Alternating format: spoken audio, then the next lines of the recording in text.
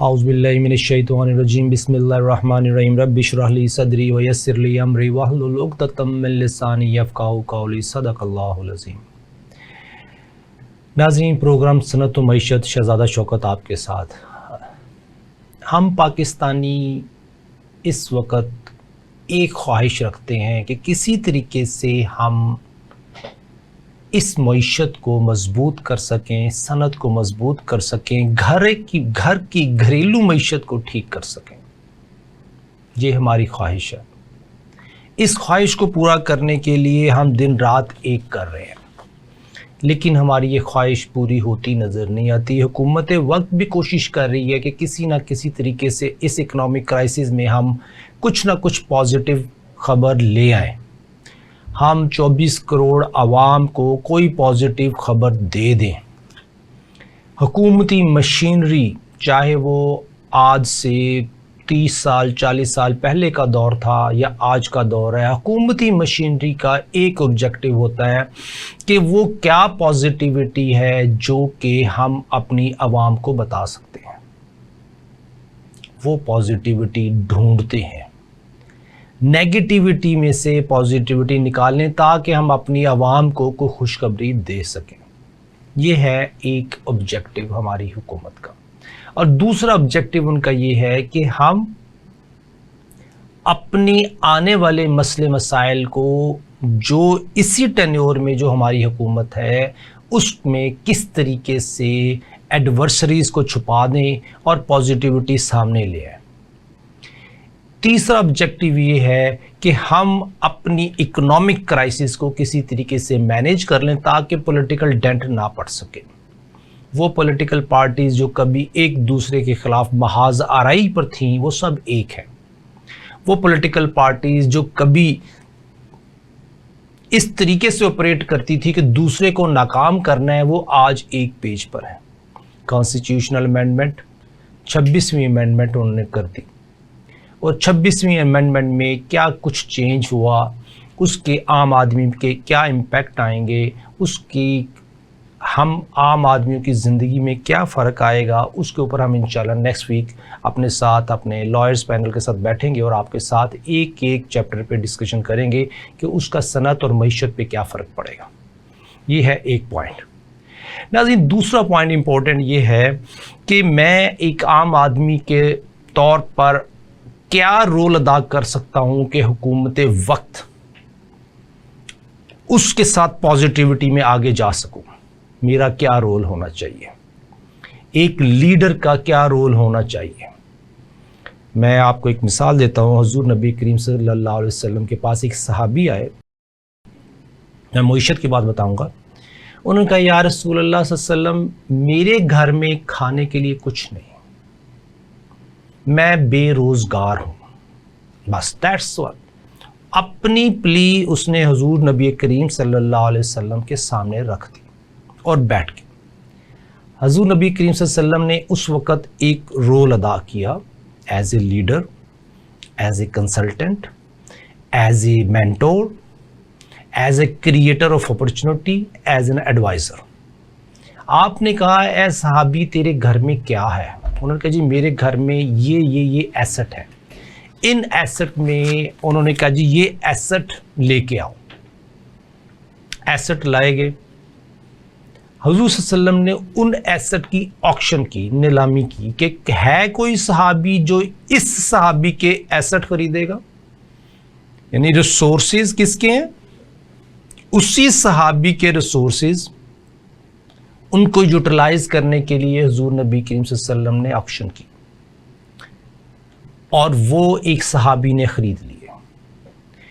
اس asset کے بیچنے سے جو اماؤنٹ آئی، حضور نبی کریم صلی اللہ علیہ وسلم نے فرمایا، اے صحابی جاؤ اس سے کلہاڑے کا دستہ لے کے آؤ، اور ایک کلہاڑے کا وہ جو لکڑی وہ لے کے آؤ، کلہاڑا اور اس کا دستہ۔ وہ صحابی گئے بازار سے، کلہاڑا اور اس کا دستہ خریدا اور لے آئے۔ حضور نبی کریم صلی اللہ علیہ وسلم نے وہ دستہ اور کلہاڑا اپنے ہاتھ سے فکس کیا۔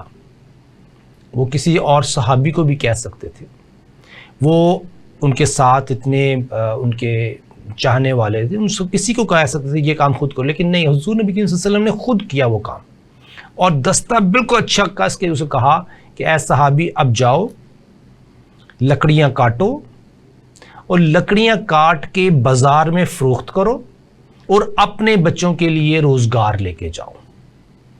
اس میں ہمارے لیے ایک لیسن ہے کہ ہم پاکستانی کو اپنے ریسورسز کے بل بوتے پہ محنت کرنی ہے۔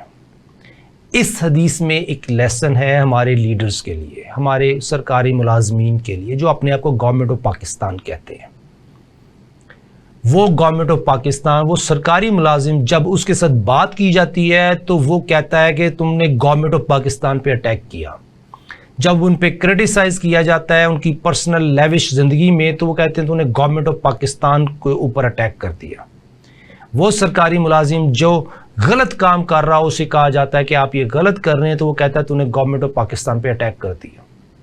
ایسی بات نہیں ہے۔ حضرت عمر فاروق رضی اللہ تعالیٰ عنہ کا دور یاد کریں، جب ایک مسلمان، عام مسلمان کھڑے ہو کے کہتا ہے کہ اے عمر ہم تمہاری بات نہیں مانیں گے، ہمیں یہ بتاؤ کہ یہ جو تمہارے جسم پہ قمیض ہے یہ کس طریقے سے کہاں سے آئی، ہمیں جو کپڑا ملا ہے اس میں ہمارا بمشکل سے لباس بنا ہے اور تم تو ہم سے لمبے ہو چوڑے ہو، تو آپ کے جسم پہ یہ لباس کا ایکسٹرا کپڑا کہاں سے آیا؟ تو حضرت عمر فاروق رضی اللہ تعالیٰ عنہ نے کہا اس کا جواب میرا بیٹا دے گا کہ میرے بیٹے نے اپنی قمیض کا کپڑا مجھے دے دیا تاکہ میری قمیض بن سکے۔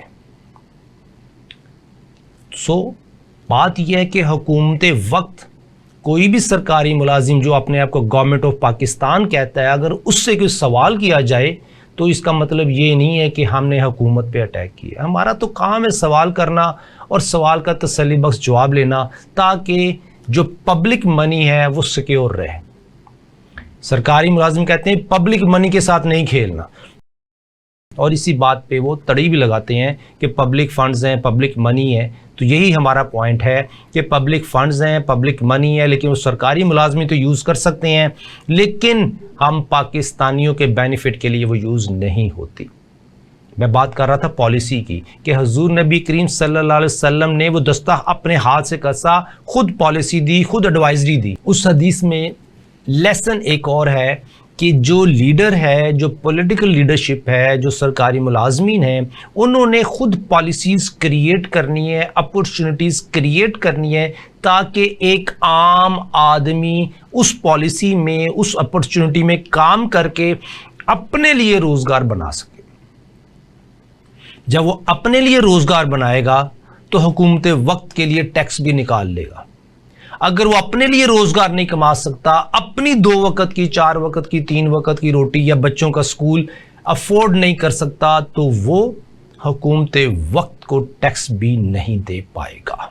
یہ بات اگر سمجھ آ گئی تو اس کا مطلب ہے کہ ہم سولوشن کی طرف چل پڑیں گے۔ سو ذمہ داری کس پہ ہے؟ ایک عام آدمی پہ ذمہ داری نہیں ہے، اس کے ریسورسز اویلیبل ہیں۔ گورنمنٹ آف پاکستان کے پاس ریسورسز اویلیبل ہیں، کیپٹل کی صورت میں اویلیبل، معدنیات کی صورت میں اور عوام کی صورت میں۔ اگر یہ 24 کروڑ عوام ان کو آپ ایسٹ بنا لیں تو یہ آپ کے لیے آنے والے وقت میں ٹیکس بھی دیں گے، اپنا کام بھی کریں گے۔ اگر آپ نے ان کو لائبلٹی بنا دیا تو نہ آپ کو ٹیکس دے سکتے ہیں بلکہ آپ کے لیے اور پریشانی بڑھ جائے گی۔ حضور نبی کریم صلی اللہ علیہ وسلم کی اس حدیث سے ہمیں سبق ملتا ہے کہ حکومت وقت کو اپنی پالیسیز اس طریقے سے کریٹ کرنی ہے کہ اپرچونٹیز کریٹ ہوں اور جو ہمارے دوست بے روزگار ہیں ان کو کام کرنے کے مواقع ملیں تاکہ وہ محنت کریں، اور محنت کریں گے تو وہ کمائی کی طرف جائیں گے۔ اگر ان کو محنت کرنے کے لیے کوئی جگہ ہی میسر نہیں ہے، کوئی اپرچونٹی میسر نہیں ہے، کوئی ایسی پالیسی نہیں ہے جس کے تحت وہ کام کر سکیں تو وہ کام نہیں ہو سکتا، کام آگے نہیں بڑھ سکتا۔ ہم نے 2 باتیں ڈسکس کی اس وقت، ایک کہ لیڈرشپ کا رول کیا ہے، کہ لیڈرشپ کو کام کیا کرنا ہے تاکہ ہم عام پاکستانیوں کو محنت کرنے کا موقع مل سکے، اور دوسرا کہ حضرت عمر رضی اللہ تعالیٰ عنہ جب ان سے کویشچن کیا گیا کہ آپ نے قمیض کہاں سے لی تو اس کے جواب میں انہوں نے یہ نہیں کہا تھا کہ حکومت وقت پہ تم اٹیک کر رہے ہو، اور اس کے جواب میں حضرت عمر رضی اللہ تعالیٰ عنہ نے یہ بڑے ہی اچھے انداز میں کہا کہ اس کا جواب میرا بیٹا دے گا. حکومت وقت سے اگر ہم سوال کریں کوئی ایسا سوال جو چبھتا بھی ہو تو ان کی ذمہ داری ہے کہ تحمل سے اس کا جواب دیں. لیکن چونکہ پولیٹیکل وار ایک چلی ہوئی ہے پاکستان میں، پی ٹی آئی کا اپنا رول چل رہا ہے، پی ڈی ایم اپنے رول میں چل رہی ہے، جماعت اسلامی اپنی طرف چل رہی ہے، ٹی ایل پی، یہ تمام مقاصد جب تک ان کا حصول اللہ اور اس کا رسول نہیں ہوں گے تب تک ہم کامیابی کی طرف نہیں بڑھ سکیں گے. اگر ہمارا قبلہ ہمارا پولیٹیکل لیڈر ہے، میں نون لیگ کا کارکن ہوں اور میں نواز شریف صاحب کی پوجا کر رہا ہوں تو میں شرک کر رہا ہوں. اگر میں پی ٹی آئی کا کارکن ہوں، میں عمران خان کی پوجا کر رہا ہوں، میں شرک کر رہا ہوں. میں جماعت اسلامی کا ہوں، ٹی ایل پی کا ہوں، میں خادم صاحب کا وہ کر رہا ہوں یا اس کا حافظ صاحب کا کر رہا ہوں. بات یہ ہے سورہ توبہ میں 31 نمبر یا 30 نمبر آیت ہے، 10ویں چیپٹر کی 31 نمبر آیت ہے. اس میں اللہ تعالیٰ فرماتے ہیں کہ ان لوگوں نے اپنے راہبوں کو، درویشوں کو رب بنا لیا. اس کے جواب میں صحابہ کرام نے کہا یا رسول اللہ ہم تو اپنے درویشوں کو، راہبوں کو، پیروں کو رب نہیں بناتے. انہوں نے کہا جی جب آپ کا راہب، آپ کا درویش یہ کہہ دے کہ یہ ٹھیک ہے تو آپ اس کو منوان مان لیتے ہو؟ کہتے ہیں ہاں جی. تو یہی تو شرک ہے. آپ کو نالج اللہ تعالیٰ نے اسلام کا نالج، جنرل نالج، باقی اپلیکیبل نالج ہے کہ اگر آپ کا پیر بھی یہ کہہ رہا ہے کہ یہ کام کرو اور آپ کے علم میں، سمجھ میں یہ آ رہی ہے کہ یہ غلط ہے تو آپ اس کو فالو نہیں کر سکتے. یہی رول ہے، یہی اصول ہے قرآن کا.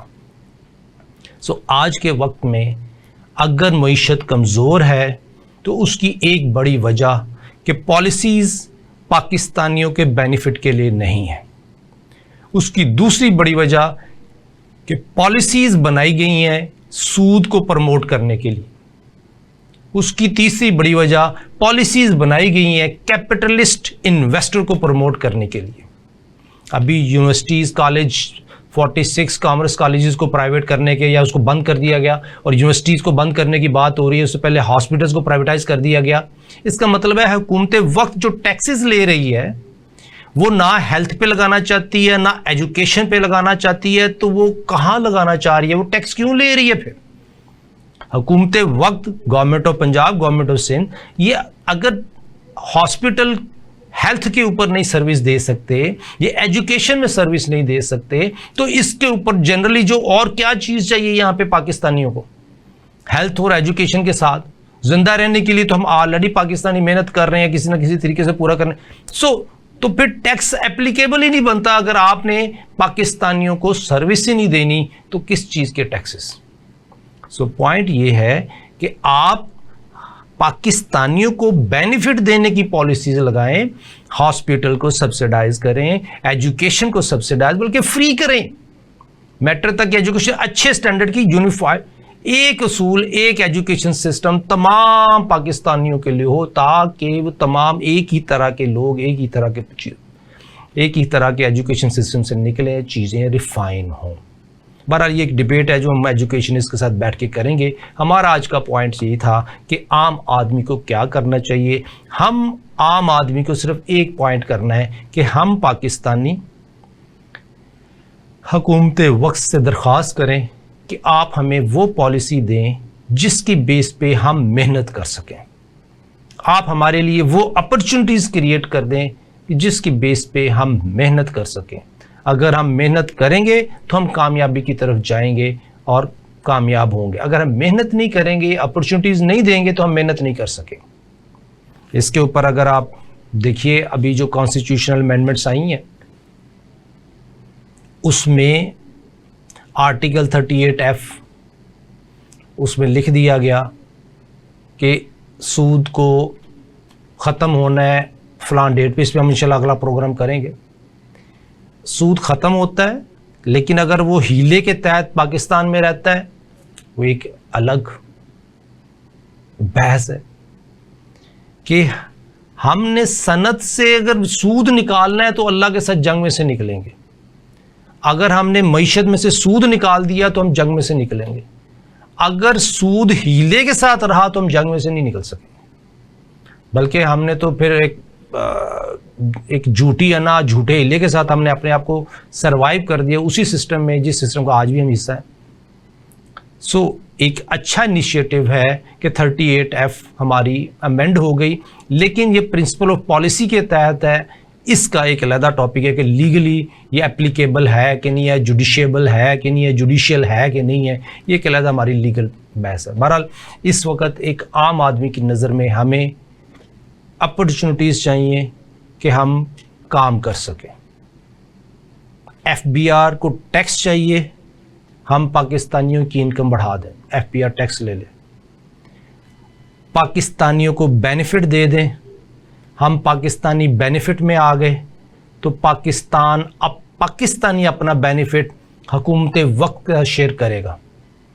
ہم حکومت وقت سے شیئر کریں گے تو حکومت وقت اپنے آپ کو فائنینشیل کرائسس سے باہر نکال دے گی. اس وقت ہماری اگر میں دیکھتا ہوں کہ IMF کے ساتھ ہم پروگرام میں گئے, ہم ڈیلی نیٹ انکم میں سے ہم کس طریقے سے کرائسس میں ہیں کہ ہماری ڈیلی انکم اور جو ڈیلی پیمنٹ کا تناسب ہے وہ کتنا بڑا ہے کہ آج کے دن میں 28 ارب ڈیلی ہماری انکم ہے اور ہمیں 119 ارب ڈیلی چاہیے. اگر 28 ارب آنے ہیں اور 119 ارب جانے ہیں تو اس کا مطلب یہ ہوا کہ جو ڈفرنس ہے وہ ہم نے لون لے کے ادا کرنا ہے. اس کا مطلب ہے کہ پچھلے لون اتارنے کے لیے اگلا لون لے رہے ہیں اور سود در سود ہمارے اوپر لائبلٹی بڑھتی جا رہی ہے. آج کے دن میں اگر ہم بینکوں کا سب پیسہ اکٹھا کر لیں, M1 M2 M3 اکٹھا کر لیں اور یہ سارے کا سارا بھی پے کر دیں تو پھر بھی ہم سود اور اپنا لون قرض اتار نہیں پائیں گے. اس کا مطلب یہ ہے کہ اسٹرکچرل ریفارمز اس طریقے سے چاہیے کہ ہم اتنی کمائی کر سکیں کہ ہم اپنے قرض کو اتار سکیں. ہم پاکستانی اپنے ملک سے محبت کرتے ہیں. ہمیں خوشی ہے کہ ابھی اورنگزیب صاحب اور شہباز شریف صاحب نے جو بھی کام کیے ہیں اس کے تحت 18 ارب سے انکم بڑھ کے 28 ارب تو ہو گئی, لیکن کس کاسٹ پہ؟ 28 ارب سے 119 ارب تک پہنچانی ہے, لیکن کیسے؟